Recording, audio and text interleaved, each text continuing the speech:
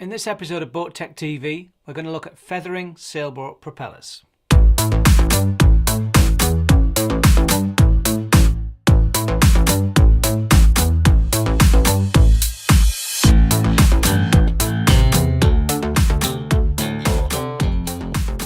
the last episode of Boat Tech TV, we looked at the cornerstone of marine propulsion, the fixed pitch propeller.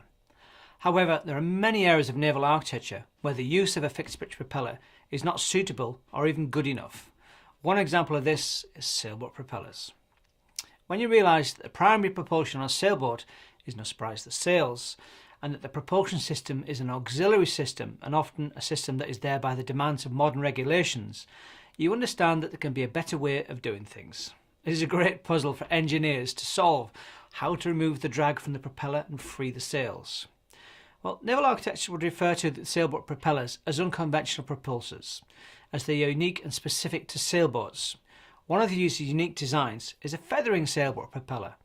Mostly, there are two types of sailboat propellers, feathering and folding, but more on folding propellers in another episode. Within the feathering propeller market, there are really two dominant styles, the flatbed feathering propeller on the left, such as the Max Prop, or the Autoprop by Brunson's propeller on the right. Both work on the same principle to reduce the drag, and this is really the leading design challenge for all sailboat propellers, to free the vessel from propeller drag and to get about a knot back in speed under sail, when this can be as much as 90% savings from propeller drag. Feathering propeller blades are similar to that of an aircraft, and as you can see, when dragged through the water, they present a significant surface area. Once the engine stops, the blades feather and present, there we go, a much smaller surface area to the flow. And this kills the drag and increases the sailing speed. As we know from last week, the propellers like aircraft wings. If you remember the hand outside of the window, for a sailboat propeller in feathering mode, the blade is balanced to point into the flow. If we have forward speed, the blade points forward, just like a weather vane, and this is what gives the low drag. Once we add rotation, the blade is still going to point in the direction of the flow, but we have an X component, forward speed, and a Y component, the rotation, so that it starts to rotate and take an angle of attack. Still weather vaning, but in what we call the no lift condition. So far so good. Now, the propeller is not generating significant lift, and if we were at the dock, you wouldn't be moving. To move, it needs to tip the section a small amount, 7 or 8 degrees, out of the flow. It's kind of like the pilot tugging back on the joystick to create the lift. For most propellers, this is achieved using mechanical stops to set the pitch beyond the no lift condition, and it's often adjustable by the user with little set screws on the side. Now, this whole setup there is relatively easy to do, as you design the sailboat propeller for hull speed at wide open throttle. This is when it works its most efficient, 1 speed. This is all done by flow, I must add. And if you reverse, so does the propeller blade, giving the same thrust in reverse, and this is really the second reason people choose feathering propellers. Most people forget that propellers are designed for 1 speed only, and if you're not at wide open throttle, for example, if you're motor cruising at very low RPM, the pitch has not been set for wide open throttle on the propeller, it's very aggressive and not efficient for that low speed. Now, there is a way for the propeller to feather for each rotational rate and thereby have the right pitch at every single speed, and that was solved by Autoprop. Autoprop was originally used as a reversible propulsion system for landing craft.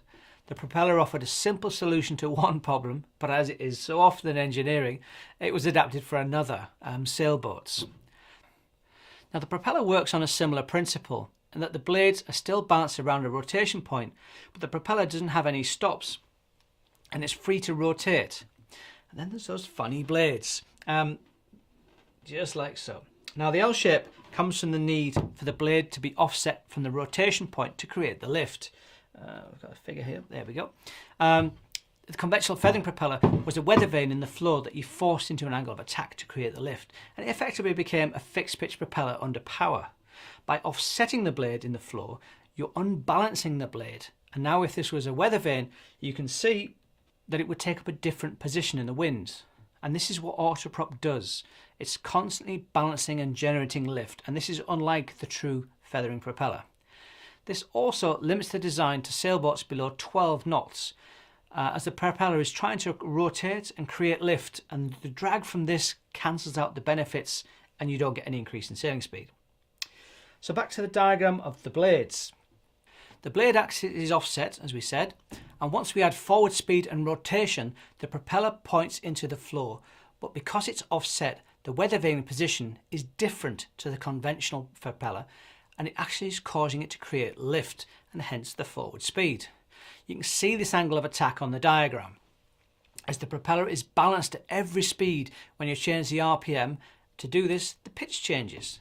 This gives the reduction in RPM for the same speed, as the pitch is then optimized just by the floor for every speed. This gives Autoprop a unique set of characteristics and possibilities. Sailboats that use Autoprop have the ability to motor sail, and they can do this efficiently for hours without risk to the engine and burning excess fuel. The lower RPMs save on fuel, and this were an electric system, you'd get further on a charge of batteries. The true pitch matches the propeller to the engine demand curve, giving more constant torque output and minimizing the risk of engine overload. Finally, because of the L-shaped blades, they're always flying, and the sections are optimized for real flow conditions and not just feathered like other feathering propellers. This one feature gives them a little more drag than a conventional feathering propeller, but so many other benefits, such as efficiency, low noise, low vibration, and for somebody wanting to use the propeller and sailboat together, this is the ideal scene. So thanks for watching. I'm Dr. Rod Sampson with King Propulsion here in Virginia Beach with the US agent for Brunton's Propellers. If you like this video, please subscribe by clicking the link below, and as always, if you have any comments, we'd be delighted to answer them. Thanks for watching and see you next week.